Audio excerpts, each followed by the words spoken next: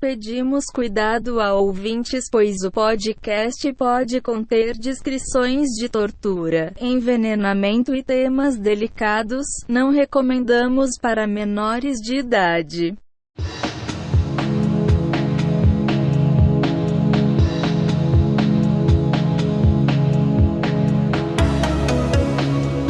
Bom dia, boa tarde, boa noite, gente. Sejam todos bem-vindos ao primeiro episódio oficial do Apenas um Podcast, o primeiro episódio que a gente vai, de fato, começar a explorar a criminologia. E, pra começar em grande estilo, a gente vai falar sobre mulheres hoje, né? Principalmente sobre a Lady Bathory, uma personalidade meio polêmica, que a gente vai falar melhor sobre isso no decorrer do podcast, mas como sempre, eu não estou aqui sozinha, eu estou aqui com o meu amigo Thiago. Daí, Marisa, daí, público. Tudo bem, galera? Começamos, então, nosso primeiro podcast. Queria agradecer a todo mundo que deu seu feedback no primeiro podcast. Foi muito bom, foi muito legal ouvir os feedbacks. Também queria agradecer publicamente ao nosso querido editor, Marco Túlio Baiman. Se você gosta de um editor de podcast, dá uma olhadinha, fala com o Marco Túlio Baiman, a gente fala com a gente passa os contatos, porque ele é muito bom, editor excelente. Confie no trabalho dele, que ele é o sexto homem aqui do nosso podcast, ou melhor dizendo, o terceiro homem do nosso podcast. Exatamente.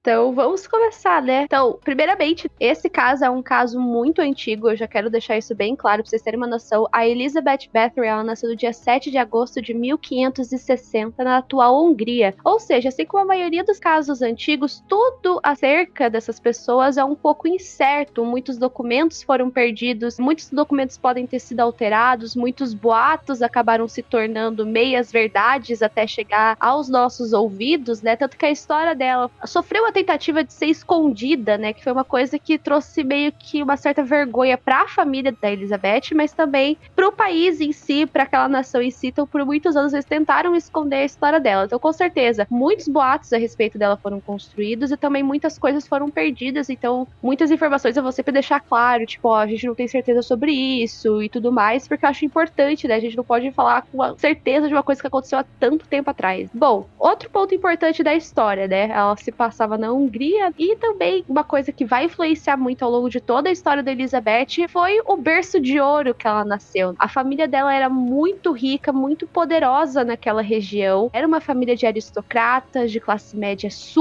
classe média não, né? Classe altíssima, né? Altíssima. Tanto que ela falava várias línguas, né? Ela falava húngaro, eslavo, grego, latim, alemão. Então não era uma pessoa que tinha uma formação simples, é uma pessoa que tinha uma formação bem pomposa, tinha acesso a vários recursos. Então isso dá para ter uma noção de quão rica e influente a família dela era. Então os casos dela serem escondidos é muito também, como a Marisa disse, uma vergonha da família tentando esconder esse passado. Sim, e além disso, ela era uma mulher e ela teve acesso à educação. Então já dá pra ver que a família não era qualquer uma. Eles tinham como prover isso pra filha deles. E outra coisa sobre quando a gente procura sobre a infância dela, não tem muitas informações mesmo. E até uma coisa que era comum na época eram os castigos corporais, principalmente para as pessoas que trabalhavam no castelo da família, né? Os funcionários da casa eram vistos literalmente como propriedade. Então durante a infância da Elizabeth, ela via esses castigos acontecerem, ela viu esses servos serem chicoteados, era uma coisa considerada até meio que normal para os padrões da época, né? Tem várias histórias de que dizem que ela viu um homem ser punido por roubo e costuraram o corpo dele junto com um cavalo e que ela viu aquilo, ela dava muita risada. Então, de certa forma, esse lance da tortura, de morte, foi uma coisa que foi naturalizada na vida dela, tanto pela cultura da época, vamos dizer assim, e tanto por ser uma coisa que ela viu desde sempre, que só vai ser influenciada por outras pessoas que vão aparecer ao longo da história dela. Sim, pelo da família dela também. E a gente tem que lembrar que ela nasceu em 7 de agosto de 1560, né? Que é na atual Hungria, né? Que a gente entende, como geógrafo, eu já tenho que dar meus pitaquinhos aqui. Na atual Hungria, porque o mapa que a gente conhece hoje não é bem o que tinha em 1560. Então, a família dela era rica, poderosa, tinha influência e desde criança ela via essas torturas e é aquilo. Quando você vê muito isso, você naturaliza isso e para você é comum, parece comum, frívolo, e aí a gente vai vendo que isso vai moldando a personalidade dela. tanto como jovem, tanto quanto adulta, né, Marisa? Sim, e outra coisa importante saber é que os pais dela eram primos, ou seja, era uma relação de endogamia, né, quando parentes se casam, isso era uma coisa muito normal entre famílias nobres, né, e se sabe hoje em dia que casamento entre pessoas da mesma família, irmãos ou primos, podem causar vários problemas de saúde, tanto física quanto mental. Existem vários reis que se sabem que levaram a ter doenças mentais, que levaram a loucura, literalmente, né, por conta da endogamia desses casamentos. E também existem alguns registros que dizem que a Elizabeth tinha ataques epiléticos quando ela era criança, que é outra coisa muito comum que pode acontecer por conta da endogamia. Explica mais para o nosso público o que é essa endogamia, Marisa. Então, as famílias ricas antigamente, elas queriam manter esse sangue puro e manter a mesma linhagem. Então, as famílias que eram nobres, elas acabavam estimulando que parentes, né, irmãos, que primos se casassem para que tudo ficasse ali entre eles, que as riquezas não fossem repartidas com outras pessoas. E por conta de fatores genéticos, né, hoje em dia a gente sabe, que nem eu disse, que isso pode causar diversas doenças, e doenças podem ser transmitidas. Por exemplo, a rainha Vitória, ela tinha um problema sanguíneo que praticamente espalhou por toda a Europa por conta da endogamia, que vai até chegar na família russa dos Romanov, em que o filho mais novo deles sofria dessa doença e praticamente não conseguia nem parar em pé por conta disso. E aí quem entra, agora saindo um pouco do podcast, mas quem entra nessa história e é muito interessante, é mais interessante que a família Romanov, é o Rasputin, que é um caso à parte. Eu acho muito engraçado a história do Rasputin e a lenda que se cria com esse cara. Com certeza. Inclusive, acho que isso poderia ser um tema para o outro podcast, porque o Rasputin tem muita história, né, para contar. A morte dele e tudo mais é uma coisa assim muito... Sim, a morte dele é muito bizarra, porque ele é amarrado com pedra e jogado no rio para ter certeza que morreu, assim. Sim, nossa, ele é uma figura assim muito emblemática da história, até o órgão dele, o órgão genital dele tá em exposição, né, porque chama muita atenção de todo mundo por conta do tamanho, então era tão grande que eles decidiram pôr em exposição, pra vocês terem uma noção. Vamos recapitular, vamos voltar para Lady Danbury, porque a gente agora, o devaneio foi grande. Desculpa, gente, mas nossa descrição a gente é um pouco aleatório. Mas, né, outra coisa que era normal nessa época era casamentos e noivados muito cedo. A Lady Bathory, ela noivou com o primo dela quando ela tinha 10 anos. O nome desse príncipe, que também era primo dela, era Frederick Nadaz. Os nomes são todos muito difíceis. E ela se casou com ele com 14 anos, no dia 8 de maio de 1574. E pra vocês terem uma ideia, teve 4.500 convidados nesse casamento. Que festão, hein? Esse número é absurdo. Você pensa, agora uma festa com isso, quanto que seria? Imagine em 574. Exatamente. E além disso, né, o Frederick decidiu dar um presente bem humilde pra ela no casamento. Ele decidiu dar um castelo que ficava no alto de uma colina. O nome do castelo também é uma palavra bem grande, mas é Zederit, vamos dizer assim. Ele deu esse castelo existe até hoje. Inclusive, você pode visitar esse castelo. E esse castelo vai ser onde vai acontecer todos os crimes que a gente vai falar daqui a pouco. Depois disso tudo, depois de ela casar, o que acontece? Ela demora 10 anos para ter o primeiro filho dela, que é uma coisa meio, digamos assim, pra época não é muito comum, né, Marisa? Não era comum, e muito se falava na época que ela era infértil, mas a teoria mais aceita pelos historiadores era por causa do Frederick mesmo, porque o Frederick, ele era um ótimo guerreiro, ele era ótimo em campo de batalha, ele lutou em diversas guerras, inclusive na Guerra dos 13 anos, tanto que ele recebeu um apelido como Cavaleiro Negro da Hungria, de tão importante que ele foi para esse exército durante essas guerras que estavam acontecendo na época. Inclusive, acredita-se que foi o Frederick que ensinou boas partes das torturas que a Lady Bathory vai usar nos anos seguintes. Foi ele que introduziu ela, ou seja, eles eram um casal que tinha esses gostos peculiares. Os gostos sádicos. Sim, então quando ele estava fora, a Lady Bathory tinha que administrar todo aquele castelo. Ela já tratava os servos dela com uma maneira bem ríspida, vamos dizer assim. Ela já era violenta com eles. Tem até uma história que tá no livro Lady Killers, que foi o livro que eu usei pra fazer o estudo sobre ela, que o Frederick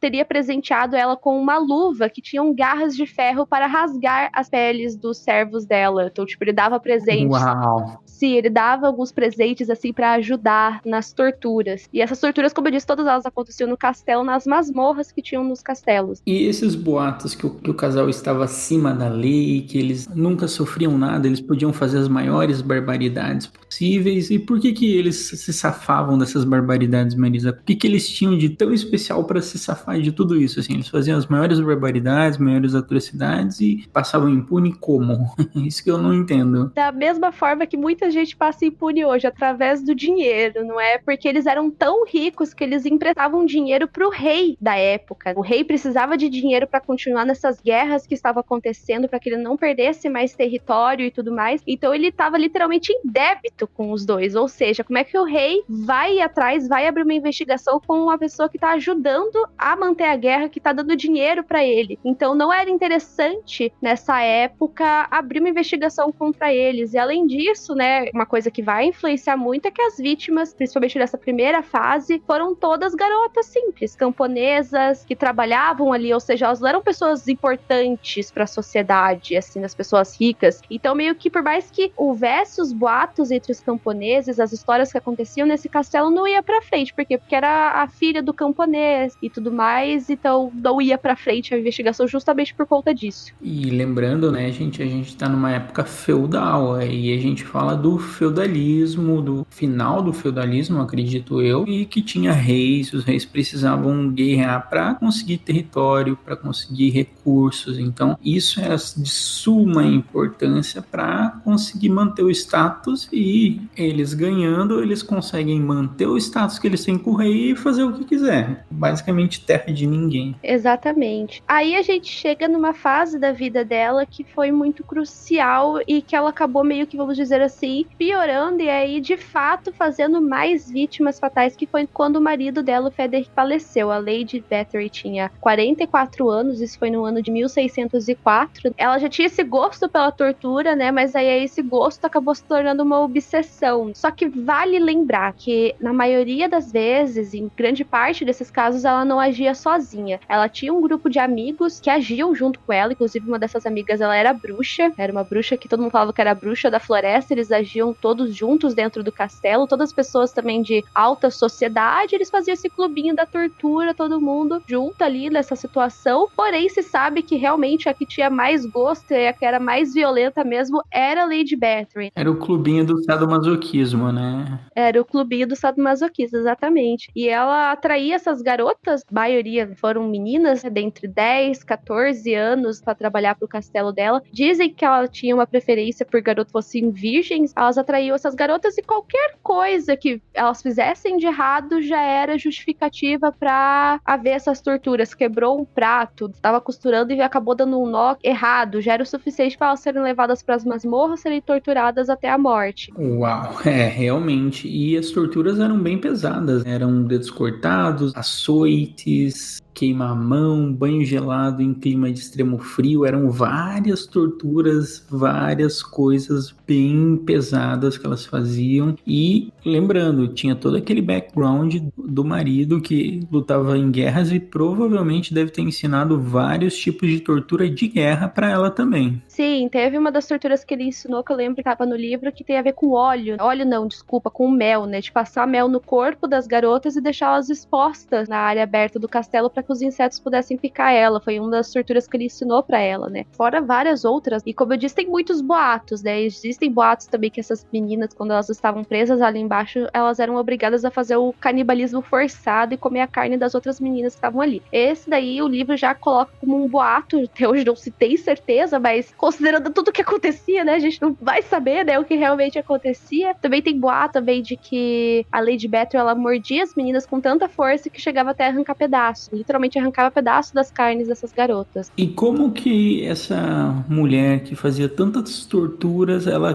cria uma escola para formação para garotas aristocratas? Como é que se dá isso e como é que é esse contexto, Marisa? Explica um pouco pra gente. Bom, os anos foram passando e a grana da Lady Bathory foi acabando. Foi mais ou menos lá por volta de 1609, ou seja, estava prestes a acabar esse caso. E aconteceu que os camponeses estavam percebendo que as filhas estavam indo pra lá e nunca mais voltando. Os boatos, principalmente pelas pessoas de classes mais baixas, estavam ficando mais fortes. Os camponeses chegavam até mesmo a esconder as filhas, ninguém mandava as filhas mais. Então ela tava sem dinheiro, ela tava sem novas garotas pra torturar. Os filhos que ela teve já estavam morando em outros locais, tinha perdido o marido, então ela se via completamente sozinha, né? Então ela decidiu que seria uma boa ideia, então, fundar uma escola nesse castelo dela pra garotas aristocratas, né? Garotas que tinham dinheiro. Só que aí que entra o ponto que eu falei, né? Até então ela tava se metendo com meninas de classe baixa. Então as famílias ricas começaram a perceber que as herdeiras das famílias, as meninas importantes, estavam indo pro castelo e simplesmente não voltando mais. Então a preocupação acerca do caso foi ficando cada vez maior e foi voltando a chegar nos ouvidos do rei. Inclusive dizem que quando eles chegaram para perguntar para Lady Bathory cadê a filha deles, o que tinha acontecido, ela disse que na verdade uma das meninas que frequentava essa escola teve uma crise de ciúme e por conta dessa crise de ciúme ela matou todas as outras alunas e depois se suicidou. E isso foi uma desculpa que ela deu na época que não colou, o pessoal achou mais estranho ainda, e foi aí que em 1610 eles oficialmente abriram as investigações. E houve muitas testemunhas, houve 306 testemunhas no caso da Lady Bathory, só pra vocês terem uma noção, era muita gente, eu ouvi tudo isso de gente. Gente, lembrando que isso deveria ser num reino que deveria ter muitas poucas pessoas, e também isso é 1610, é muito, muito distante, assim. Hoje, se for chamar esse número de testemunhas, o caso já seria gigante, duraria anos para ser condenado. Então imagine naquela época, e sem contar aqui é aquilo que a Marisa falou, no começo, quando eram garotas de classe baixa, não chamou atenção, o rei podia fazer aquele passar panos quentes ou fingir que não olhou, mas já quando eram garotas aristocratas, a história mudou um pouco de figura, e aí esse caso foi para frente. Mexendo o dedo das pessoas ricas, né, o rei começou a ter que abrir uma investigação. Ele estava muito confuso sobre o que queria fazer, porque eu disse, ele era amigo da família, ele era amigo da Lady Bathory, ela emprestava dinheiro pra ele, então ele começou a ouvir várias pessoas, ele começou a ouvir inclusive os filhos da Lady Bathory, eles falaram que simplesmente ele tinha que resolver logo isso e esconder o mais rápido possível, porque ele não podia trazer essa vergonha pra família deles. A princípio, ele até achou que pelo que aconteceu, pelas coisas que foram ouvidas, de que ela deveria ser condenada à pena de morte. Qualquer outra pessoa, assim, que não fosse rica, seria condenada à pena de morte. Porém, a família da Elizabeth começou a implorar pro rei para que ela fosse condenada apenas à prisão perpétua dentro do castelo dela, né? Na verdade, ela não foi... parece que soa não ruim ficar presa num castelo pro resto da vida. Parece que, foi de boas. Mas não, ela ficou presa no quarto dela, especificamente do castelo dela. Ela ficou presa lá, essa foi a sentença dela, e ela se manteve lá até o dia da morte dela, foi no dia 21 de agosto de 1614. Hoje em dia não se sabe a localização do corpo dela. Se você for lá no local onde eles guardam os corpos da família Bathory, o corpo dela não está lá. Era pra estar lá, porém ninguém sabe o que aconteceu. Mistério.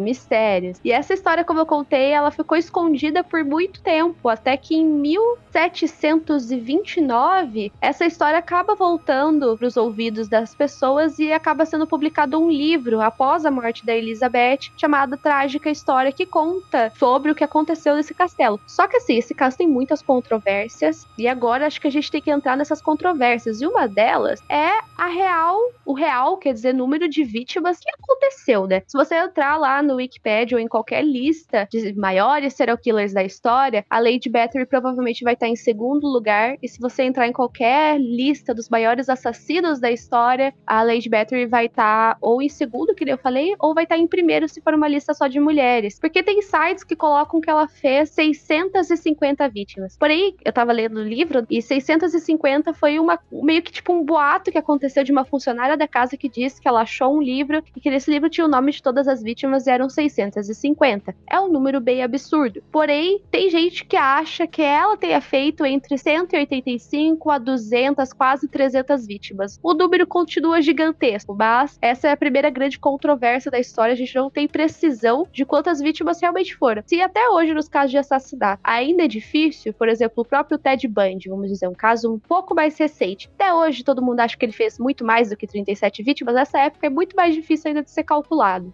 Sim, tanto que eu tô vendo aqui, como você falou da Wikipédia, fui lá, abri a Wikipédia e ela tá como dentre os assassinos com o maior, porque aqui diz lá, vítimas possíveis, mais de 650 pessoas, principalmente mulheres virgens no intuito do uso de sangue de seus corpos para consumo, beber e banho visando o resultado da beleza eterna. Me conta essa história, Marisa. Agora vir tomar banho de sangue para beleza eterna, juventude, ela virou vampírica? Foi aí que entra a grande polêmica da história, né? Ela tomava banho de sangue ou não? Isso é um mito ou não? Para a maioria dos historiadores, isso foi um mito criado a respeito da Lady Bathory, essa coisa vampirística. E essa menção a banho de sangue aparece nesse livro que eu falei de 1729. Mas o que os historiadores veem isso? Isso não acontecia e que por ela ser uma mulher, a maioria dos casos das mulheres, eles tentam justificar. Porque ela fazia isso porque ela queria o dinheiro do marido.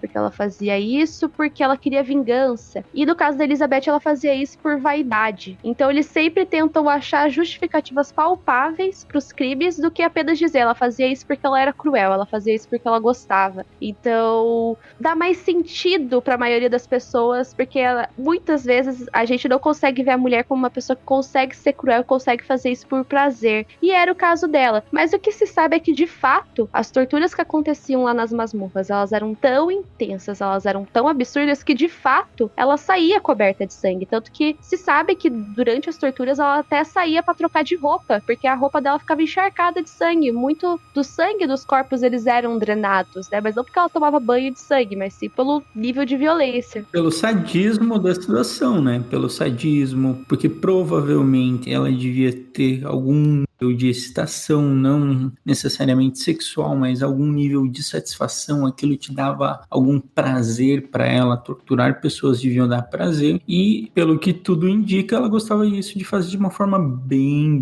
violenta. E agora eu vou ter que endereçar o elefante na sala para mim, que é a questão dela. Matou 650, ela é a maior serial killer do mundo. Vamos lá, vamos dar uma de Thiago um pouco chato, assim. Eu sei que algumas pessoas vão achar estranho eu tô fazendo esse tipo de questionamento, porque não é um questionamento que é muito feito. Eu vejo em vários podcasts que eu ouço, em vários livros que eu leio, ela é considerada como serial killer. E, gente, vamos lá, isso me cheira um terrível anacronismo histórico. E o que é um anacronismo histórico? É você tentar ver o passado com os olhos do futuro. E, querendo ou não, serial killers é um termo que vai existir muito tempo depois, tá? Então, dá pra dizer que ela matou várias pessoas? Dá. Dá pra dizer que ela é uma serial killer? Eu não diria isso. Eu diria que ela matou várias pessoas. Thiago, você tá sendo chato, isso não faz diferença. Pra mim, eu sou geógrafo de formação e tenho uma mãe historiadora. E várias vezes quando a gente falou sobre isso, eu comentei sobre esse caso, e o outro caso que a gente vai trazer aqui, que é o de Gilead no podcast hoje, fala sobre serial killer, e falar sobre serial killer de uma coisa que aconteceu em 1580 é um anacronismo histórico muito difícil, porque assim, o que é um anacronismo? Consiste em você usar um conceito, uma ideia de uma época para analisar um outro tempo. Então você tá, analisando o passado com os olhos do futuro. É uma coisa estranha. Eu sei que as pessoas devem achar estranho, é uma coisa diferente, mas é uma coisa que a gente tem que se ater e se preocupar. E eu como podcast, quero trazer essa visão. A gente não pode ficar tentando ter esse revisionismo histórico de dizer que ela é uma serial killer. A gente pode dar um outro nome para ela. Aqui, agora, não sei qual nome eu daria para ela, mas ela não é uma serial killer. Para mim, ela não é. Para mim, cheira anacronismo histórico. E isso, a gente tem que se entender como isso funciona para que conceitos e termos não sejam usados em tempos diferentes, para que a gente possa entender o passado com os olhos do passado. E depois dessa polêmica, a gente veio com mais duas polêmicas pra gente encerrar esse caso e ir pro próximo, que muitos historiadores, eles tentam limpar a história da Lady Bathory até hoje. Eles falam que pode ter sido uma armação e que o rei tenha feito isso apenas para conseguir as posses de terras que a Lady Bathory possuía. Porém, para muitos historiadores isso não faz sentido nenhum, porque realmente existem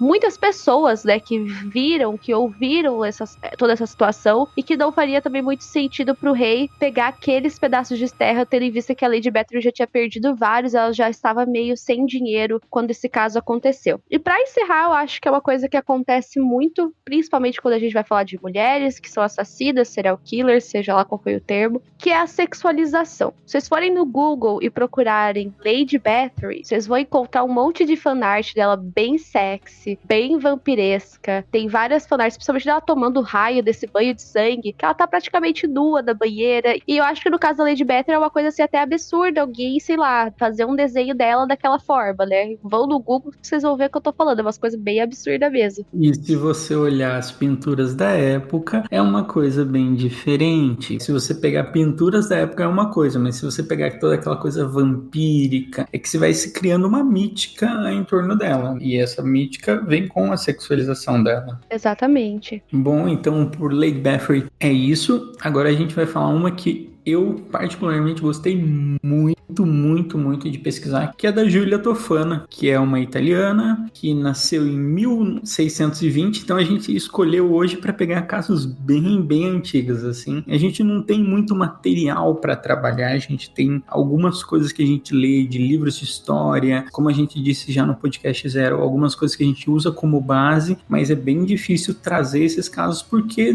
a gente não pode dar detalhes e notícias da época, porque é um pouco difícil, mas esse da Giulia Tofana eu fiquei muito impressionado, e depois, lá pro final, eu vou dar minha opinião sincera, Thiago, sobre o caso dela. Então vamos lá, a Giulia Tofana, ela nasce em 1620, na Sicília, na Itália, e ela passou por uma família que tinha um conhecimento farmacêutico, e esse conhecimento farmacêutico vai ser o que vai proporcionar o grande nome dela como a envenenadora de homens. Então, vamos explicar melhor essa história, Marisa. Vamos lá. A Giulia, ela nasceu dessa família de farmacêuticos e até hoje isso é uma coisa que é meio imprecisa na história, porque meio que ou ela ou a mãe dela, os historiadores não têm certeza de quem foi que inventou o tal do aquatofana, gente. O aquatofana foi um veneno que ela começou a usar pra vender pra mulheres que tinham interesse de se livrar do marido delas. Aquele lance da gente tem que olhar com os olhos do passado, que nem o Thiago falou. E nessa época, se uma mulher queria ser viúva, independente de quão lixo, de quão tóxico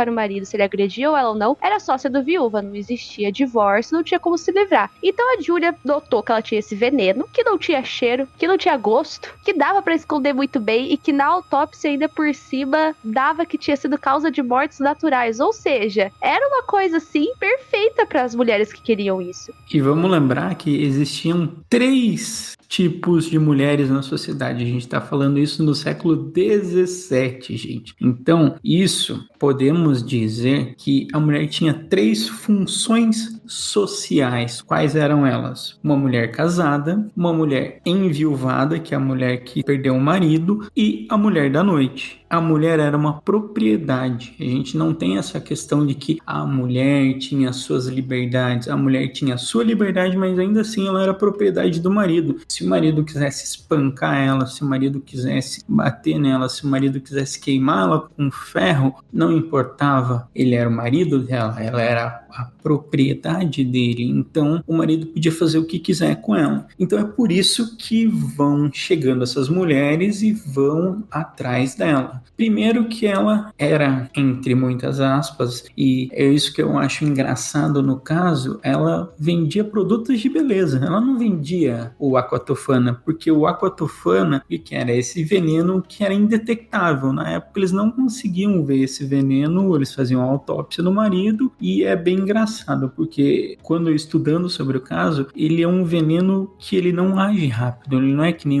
aqueles venenos que você toma aí morre rápido. Ele é um veneno que vai fazer efeito lá pro 4º, 5º dia, e no 4º, 5º dia você literalmente bateu as botas. Sim, exatamente, tanto que geralmente as mulheres elas compravam essas maquiagens e geralmente ia misturando bem aos poucos da comida, na bebida, porque como eu falei, não tinha gosto, né, então o marido não tava percebendo que ele tava sendo envenenado envenenada. E tá aí, como é que tá? Tá aí o pulo do gato, né? Tá aí o lance que começou a fazer sucesso, né? Porque estima-se que a Julia tenha ajudado mais ou menos a assassinar, vamos dizer assim, 600 maridos. Ou seja, ela ajudou umas 600 mulheres a se livrar dos maridos dela. Que nem da Lady Bathory, esse é um número que se estima-se, né? Não se tem certeza, mesmo assim é um número bem impressionante. A Júlia tá bem parecido com essa, ela tá quase nesse número, 600. E só para o nosso público saber mais ou menos o que é esse álcool que eu tô falando, ele continha principalmente arsênio e chumbo. Então era um líquido incolor, insípido e, portanto, era muito fácil de misturar com água, vinho e você servir em refeição. Porque ele não tinha cor, ele não tinha cheiro, você não conseguia detectar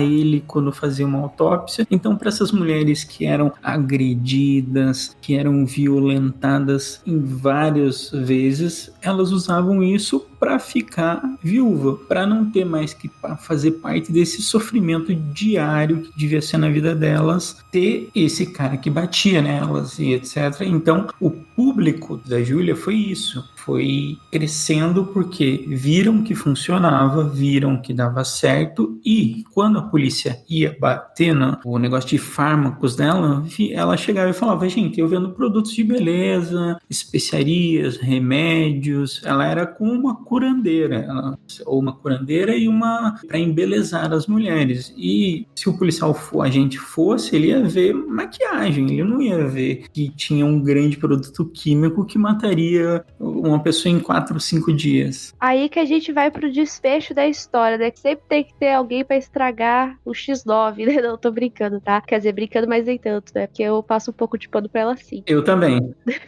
Já vou deixar claro, eu passo pano sim.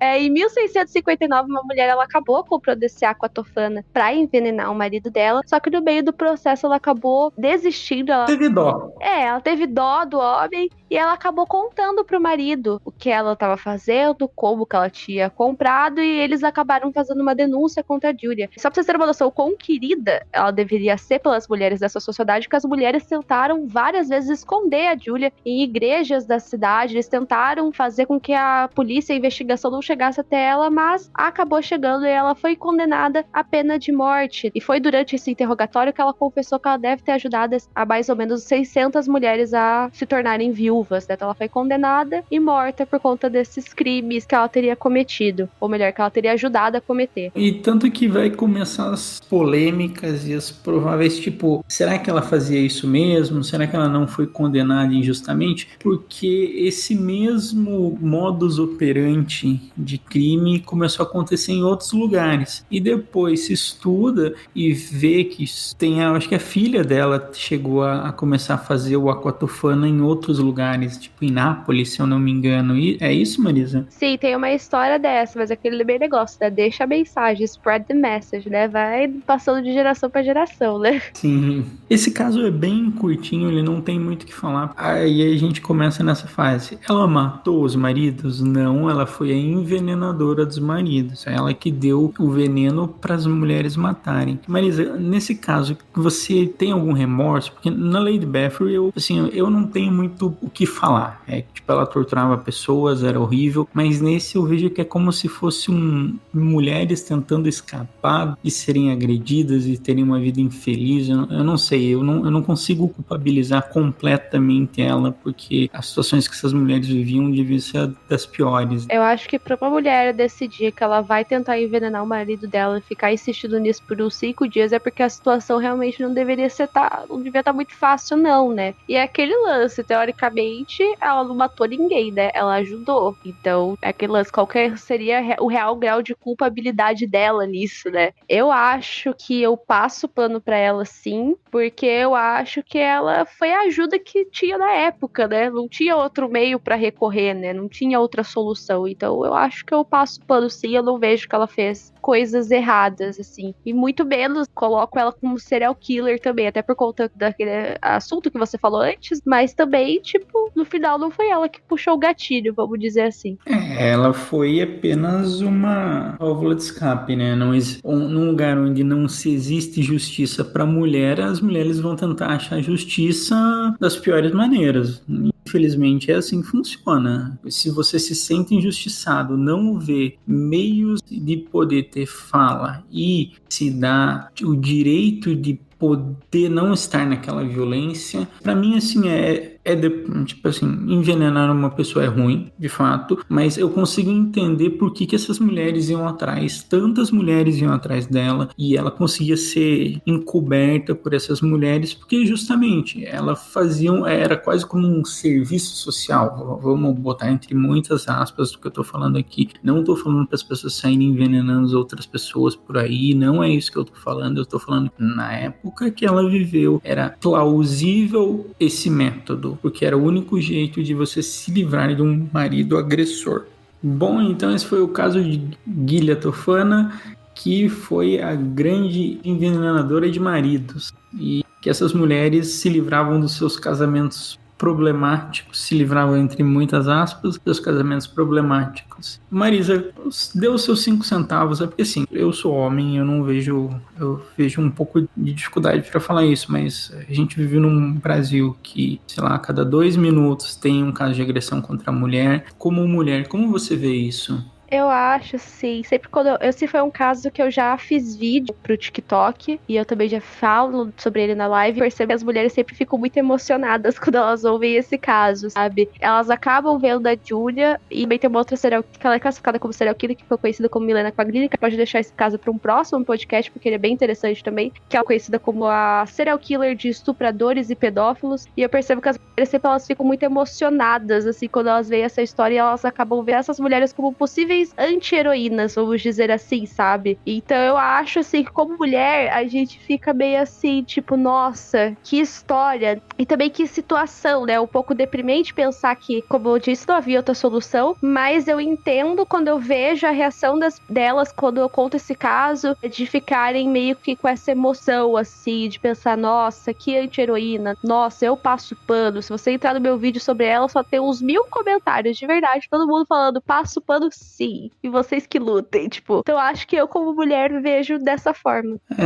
Bom, é isso que a gente tem. Por hoje o podcast foi esse. Vamos aqui, já que eu tô com a lista de assassinos em série, eu vou te mandar aqui pra gente comentar um desses assassinos e vamos ver se o nosso público coloca um desses pra votação pra gente fazer. Pode ser. Um que eu li aqui que eu sei que você gosta é Pedro Rodrigues Filho, conhecido como Pedrinho Matador. Nossa, o Pedrinho, ex-matador, tá? É o nome era o nome do canal. O nome do canal do YouTube dele é Pedrinho Ex-Matador, tá, gente? Já foi. Então, temos o Pedrinho Matador, nosso representante do Brasil, na lista dos maiores serial killers do mundo.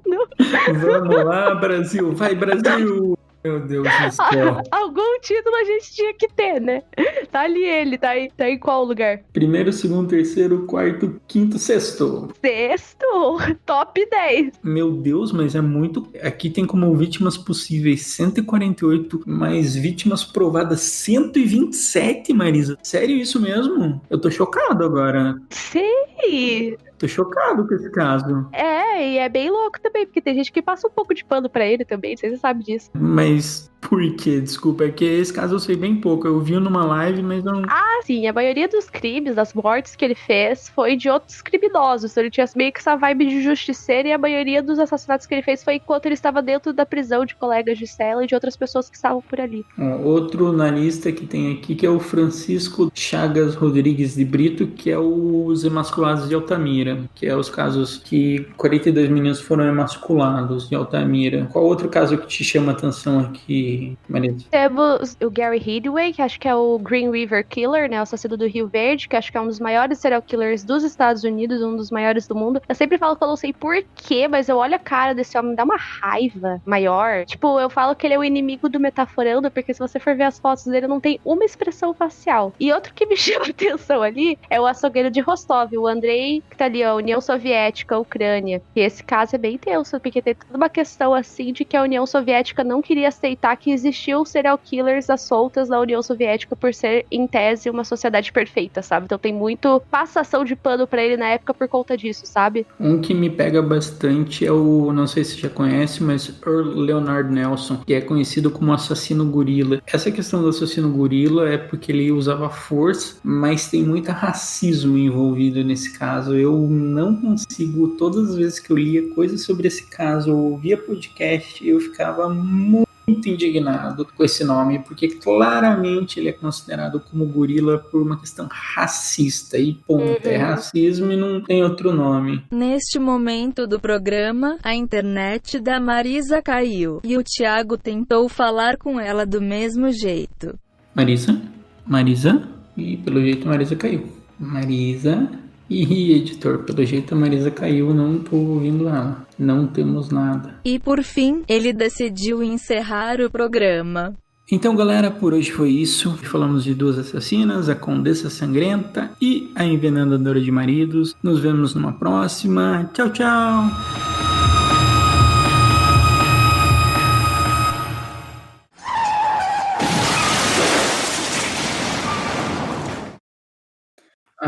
Deixa eu colocar o timer, porque senão o Marco Túlio mata a gente. Bora começar então? Pode começar, Marisa. Bom dia, boa tarde, boa noite, sejam todos bem-vindos. Opa, falei tudo errado, vou começar de novo. Tranquilo. Tô falando desde as 8h30 sem parar, vou começar de novo. Tá com água pra tomar? Tô, Guaraná, na verdade, mas vamos lá. Ok, vai lá.